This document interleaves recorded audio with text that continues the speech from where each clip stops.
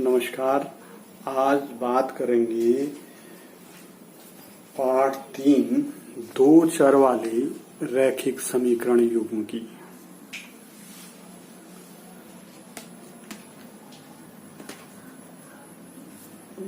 दो चर वाले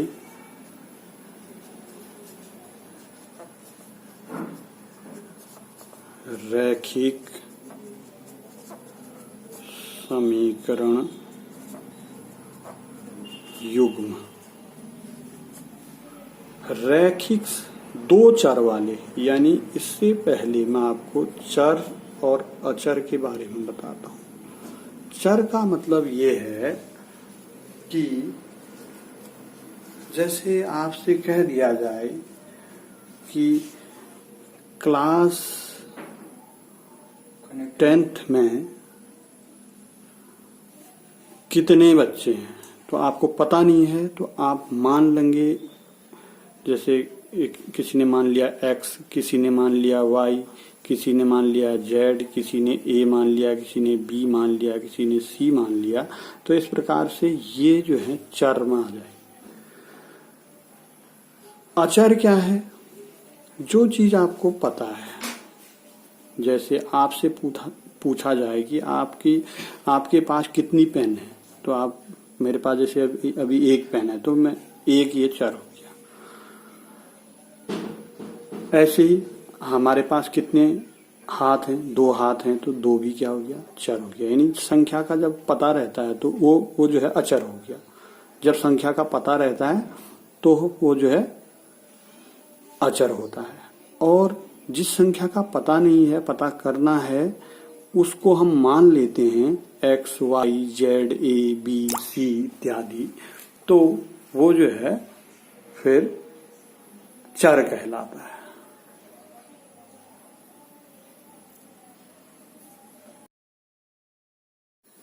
अब बात करते हैं रैखिक समीकरण की। यानी रैखिक समीकरण क्या है? ऐसी समीकरण जिसमें चर की घात, ऐसी समीकरण जिसमें चर की घात एक हो, रैखिक समीकरण कहलाती है।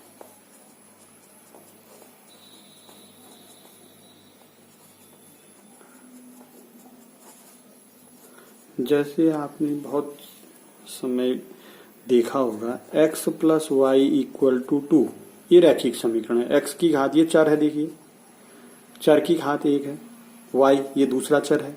दो चर वाली रैखिक समीकरण हो गई अभी, क्योंकि इसमें दो चर हैं x और y। जैसे a plus B is equal to 3, ये भी दो चर वाली रैखिक समीकरण है। घात एक होनी चाहिए और दो चर होनी चाहिए। दो मान जो पता नहीं है, जैसे a का पता नहीं है a कितना है, b का पता नहीं है b कितना है करके, तो ये जो है दो चर वाली रैखिक समीकरण है। तो युग्म का मतलब है कि ये दो समीकरण हमको अगर दे दिए हैं इस प्रकार से, जैसे मान लीजिए x धन y बराबर 10 दे दिया है और x ऋण y बराबर 0 दे दिया है, तो अब हमको x और y का पता करना है। तो ये दो चर वाली रैखिक समीकरण युग्म हो गया।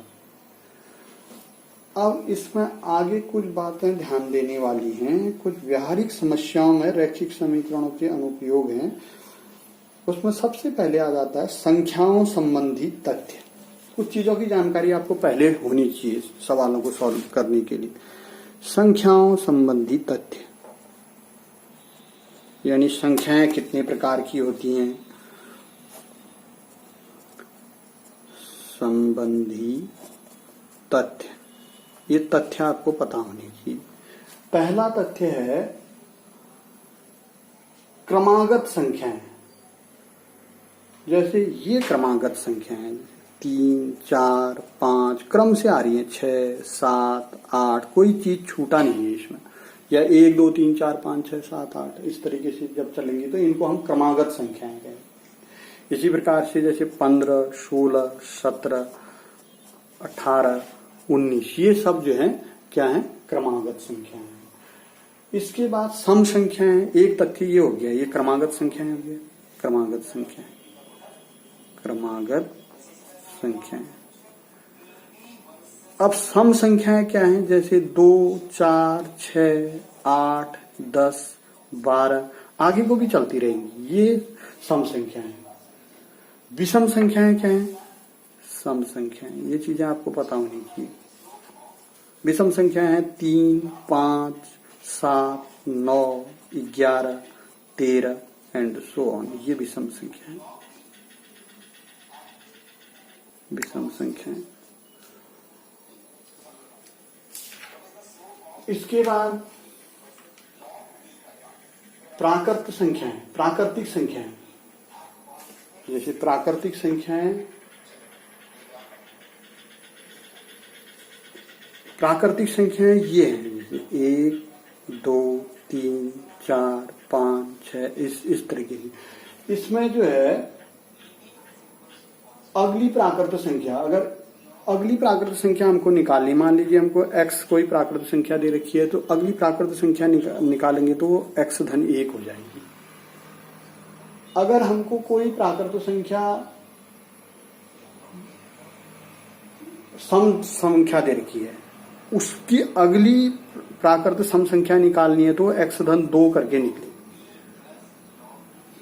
अगर हमको सम दे दिया है, सम संख्या में प्राकृत दे दिया है और अगली निकालनी है तो उसमें 2 जोड़ेंगे।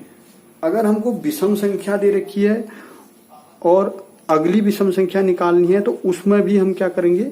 2 जोड़ेंगे। क्रमागत संख्याओं में बता रहा हूं, क्रमागत संख्या निकालने के लिए। जैसे 2 में 1 जोड़ेंगे तो तब 3 आएगा, लेकिन 2 सम संख्या है, 3 विषम संख्या है। 2 की क्रमागत सम संख्या 4 होगी, यानी अगली संख्या 4 होगी। 4 की अगली जो है वो 6 हो जाएगी। ऐसे ही 3 की 5 होगी, 5 की अगली जो है 7 हो जाएगी। तो अगर हमको दे रखा है सम संख्याएं की अगली क्रमागत संख्या निकालनी है तो 2 जोड़ेंगे। विषम संख्या दे रखी है, उसकी अगली क्रमागत संख्या दे रखी है तो क्रमागत संख्या निकालनी है तो उसमें भी 2 जोड़ेंगे। लेकिन अगर सिंपल दे रखा है, हमको प्राकृत संख्या x दे रखी है, अगली प्राकृत संख्या निकालो कहेंगे तो हम उसमें 1 जोड़ेंगे। तो ये कुछ तथ्य हैं जिनके आधार पर हम सवालों को बनाते हैं।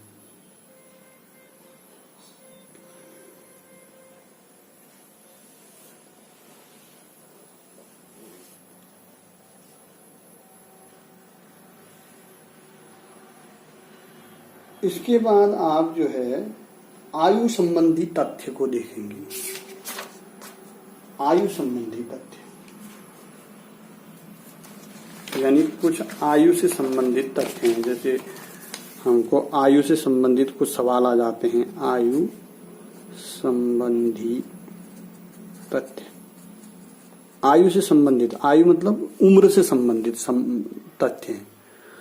तो एज से संबंधित जो तथ्य हैं उसमें से पहला तथ्य है, यदि 2 व्यक्ति ए तथा बी की वर्तमान आयु x और y है तो p वर्ष बाद, 2 व्यक्ति हैं, जैसे राम की उम्र x वर्ष है और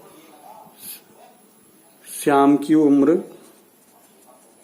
y वर्ष है, तो दोनों की p वर्ष बाद दोनों की जो आयु होगी वो x धन p y धन p हो जाएगी। x धन p राम की आयु हो जाएगी और y धन p श्याम की आयु हो जाएगी। तो इसको भी हमने, इन तथ्यों की जानकारी भी होनी चाहिए। p की जगह कुछ और संख्या भी आ सकती है, जैसे 2 साल बाद राम की आयु या 2 साल बाद जो है श्याम की आयु, इस तरीके के सवाल भी आ सकते हैं। यदि 2 व्यक्तियों ए तथा बी की वर्तमान आयु क्रमशः x और y वर्ष है, p वर्ष पहले, अगर p वर्ष पहले पूछ दिया, जैसे राम की आयु x वर्ष है और p वर्ष पहले पूछ दिया है, पहले शब्द का इस्तेमाल किया है तो हम x ऋण p कर देंगे, श्याम के लिए y ऋण p हो जाएगा। ये बाद, p वर्ष बाद और ये p वर्ष पहले, इस तरीके से हम सवालों में यूज करेंगे इन चीजों को। अब इसमें a की आयु b की आयु की n गुनी है, तो इसको लिखेंगे हम a बराबर nb। अगर हमको ये दे दिया जाए कि b की आयु a की आयु की n गुनी है तो b बराबर na लिख देंगे। ऐसे ही a व b की आयु का अनुपात a अनुपात b है, तो a की आयु को ax ले लेंगे और b की आयु को बी एक्स ले लेंगे। तो ये कुछ तथ्य हैं। अब मैं आ जाता हूं आपके लिए क्षेत्रफल और परिमाप संबंधी। क्षेत्रफल व परिमाप संबंधी तथ्य। जहां पर क्षेत्रफल की बात आएगी या जहां पर परिमाप की बात आएगी तो वहां पर हमने कैसे काम करना है, क्या चीज लिखना है गणित में, ये आपको बताने जा रहा हूं। यदि किसी आयत की भुजाएं ए तथा बी हो तो क्षेत्रफल, जैसे आयत की भुजाएं हमको दे दी, लंबाई दे दी आयत की ए और चौड़ाई दे दी बी, तो क्षेत्रफल हम सीधा लिख देंगे, क्षेत्रफल हम जो है ए बी लिख देंगे।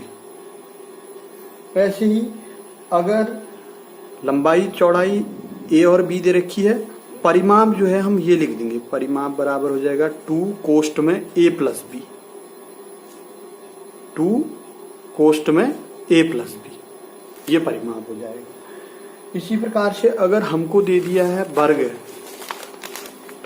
हमको दे दिया है वर्ग की भुजा ए है, वर्ग की अगर हमें भुजा ए दे रखी है तो क्षेत्रफल हमारा सीधे डायरेक्ट जो है हम लिख देंगे ए स्क्वायर वर्ग इकाई, और परिमाप लिख देंगे 4a इकाई। इकाई का मतलब यहां पर मीटर दे रखा है तो वर्ग सेंटीमीटर, यहां पर सेंटीमीटर, तो इस तरीके से हम इसमें, या मीटर दे रखा है तो वर्ग मीटर, अगर भुजा मीटर में दे दी है तो वर्ग मीटर आ जाएगा और ये मीटर में आ जाएगा। तो इस तरीके से जो भी दिया है उसके आगे वर्ग लगा के वर्ग मीटर या वर्ग किलोमीटर, वर्ग सेंटीमीटर या वर्ग फीट जो भी दिया है। इसी प्रकार से आगे है, यदि किसी आयत की भुजा ए और बी है, आयत की भुजा अगर आपको ए दे रखी है, आयत पर ही आयत की भुजाएं मतलब लंबाई और चौड़ाई ए तथा बी है, तो इसका विकर्ण जो है, आयत का विकर्ण, विकर्ण का मतलब ये है, ये जैसे ये आयत है इसका ये विकर्ण है, तो विकर्ण जो है, विकर्ण हो जाएगा √a² प्लस b²। ऐसे ही वर्ग अगर हमको दे रखा है, वर्ग की भुजा ए है तो विकर्ण जो है इसका, ये डायरेक्ट कुछ सूत्र हैं जिसको आप याद रख सकते हैं, a√2 हो जाएगा। अगर हमको वर्ग की भुजा ए दे रखी है उसका विकर्ण जो है a√2 हो जाएगा। वर्ग ये है, जैसे ये मान लीजिए ये वर्ग है, ये इसका विकर्ण कहलाता है। इस विकर्ण को हम a√2 कहेंगे। ये पाइथागोरस प्रमेय से निकलता है। वैसे ये पाइथागोरस प्रमेय लगाते हैं इसमें, a² प्लस a² बराबर इसका स्क्वायर, अगर हम इसको x मान लें तो फिर x का मान निकालेंगे तो a√2 आ जाएगा। अब ऐसे ही काम समय संबंधी तथ्य है, काम समय संबंधी तथ्य।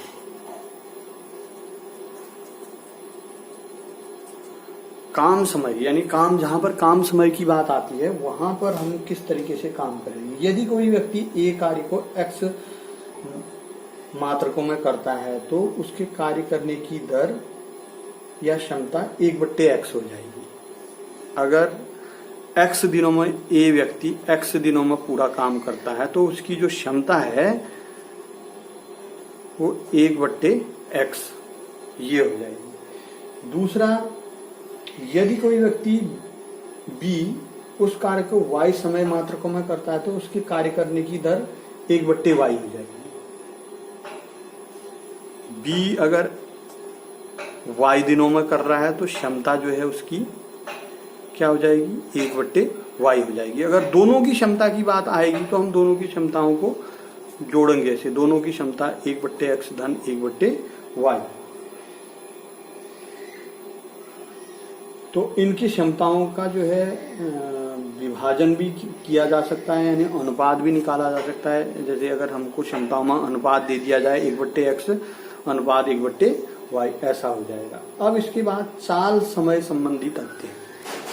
यानी जब चाल और समय की बात आती है, चाल समय संबंधी तथ्य, यानी अगर चाल समय दूरी ऐसी बात आएगी तो आपको क्या करना है। चाल समय दूरी में एक सूत्र आप याद रखिए, दूरी बराबर चाल बट्टे समय, चाल गुणा समय, दूरी बराबर चाल गुणा समय, या चाल बराबर दूरी बट्टे समय, या समय बराबर, ये तीनों एक ही सूत्र से निकल रहे हैं, समय बराबर दूरी बट्टे चाल। इसका मेन सूत्र ये है, यही पक्षांतर करके ऊपर वाला बनाया, दूरी इधर रख दी, चाल और समय को गुणा कर दिया, फिर समय यहां रख दिया, चाल को पक्षांतर करके नीचे कर दिया, तो दूरी बट्टे चाल। ये दो सूत्र इसी से बने हैं, इस सूत्र से। तो इस सूत्र को याद रखिए, यहाँ से ये दो सूत्र आप निकाल सकते हैं। अच्छा, इसमें एक विशेष बात यह है, अगर आपको चाल दे रखी है किलोमीटर प्रति घंटा में, जैसे किलोमीटर प्रति घंटा में दे रखी है और आपने उसको बनाना है मीटर प्रति सेकंड में, तो आपने 5/18 से गुणा करना पड़ेगा। किलोमीटर प्रति घंटा को अगर आपने चेंज करना है, किलोमीटर प्रति घंटा को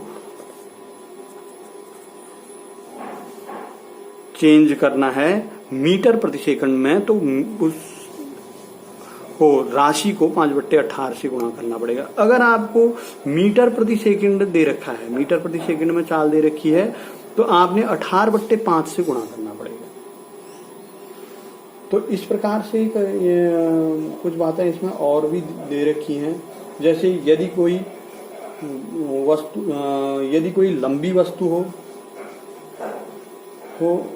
अपनी गति से के अंतराल में किसी पतली वस्तु को पार कर रही है, तो पार करने वाली वस्तुओं की अपनी लंबाई के बराबर दूरी चलनी होगी। यानी जैसे मान लो 200 मीटर की लंबी रेलगाड़ी है और वो जो है एक स्टेशन को पार कर रही है, तो उसके द्वारा चली गई दूरी 200 मीटर हो जाएगी, पार करने में चली गई दूरी, ये आपको देखना है। और अगर हमने, यदि कोई लंबी वस्तु है, जैसे रेलगाड़ी अपनी गति से के अंतराल में किसी लंबी वस्तु को पार कर रही है, जैसे किसी बिंदु को पार कर रही है तो अपनी लंबाई के बराबर दूरी चलेगी।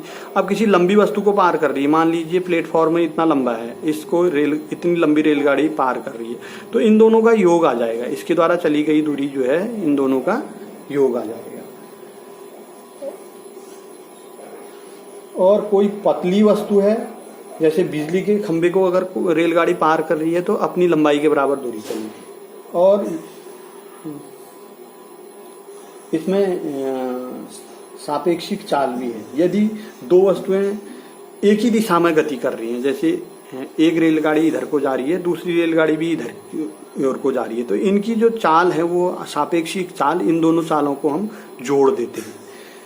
और इसमें एक चीज और है, अगर मान लीजिए एक रेलगाड़ी इधर जा रही है, एक रेलगाड़ी इधर जा रही है, तो इनकी जो सापेक्षिक चाल है वो ज्यादा की चाल में से कम चाल घट के आ जाएगी। अब इसी में कुछ जो है ब्याज से संबंधित है, साधारण ब्याज और चक्रवृद्धि ब्याज से संबंधित प्रश्न, ब्याज संबंधी प्रश्न हैं, उनको हम किस प्रकार से हल करेंगे। देखो, ब्याज संबंधी प्रश्न है, साधारण ब्याज के लिए सूत्र होता है, साधारण ब्याज बराबर होता है मूलधन गुणा दर गुणा समय बट्टे 100। यानी 200 रुपये मूलधन है, दर 5% है, समय 3 साल है, तो हम यहाँ पर इन सबको ऐसे मान रखेंगे, साधारण ब्याज ऐसे निकल सकता है। चक्रवृद्धि ब्याज का, चक्रवृद्धि मिश्र धन का एक सूत्र है, चक्रवृद्धि मिश्र धन। ये फंडामेंटल चीजें आपको सीखनी पड़ेंगी, तब आप आगे बढ़ पाएंगे इन सवालों में। x बराबर चक्रवृद्धि मिश्र धन बराबर x 1 + r/100 की घात n। x क्या है? x मूलधन हो गया, r क्या है? r दर हो गई, n क्या है? n जो है वो समय हो गया। जैसे चक्रवृद्धि मिश्र धन का मतलब है कि हमको ब्याज जो है ब्याज पर ब्याज मिल रहा है। जैसे मान लीजिए आपको पहले साल 100 रुपया आपने रखा, वो जो है एक साल बाद 110 हो गया, अब जो है 110 पर आपको ब्याज मिलने लगेगा, तो इसको बोलते हैं हम चक्रवृद्धि मिश्र धन। यानी 100 जो ब्याज मिल रहा है उस पर भी आगे की ओर को फिर समयावधि में ब्याज बढ़ता जा रहा है, उसमें मतलब मूलधन बढ़ता जा रहा है, मूलधन जो है एक ही नहीं रह रहा है। जैसे 100 रुपया रखा हमने, 100 वो जो है 110 हो गया, 110 आगे बढ़ करके 120 130 ऐसे करके आगे को चलता चला जाएगा।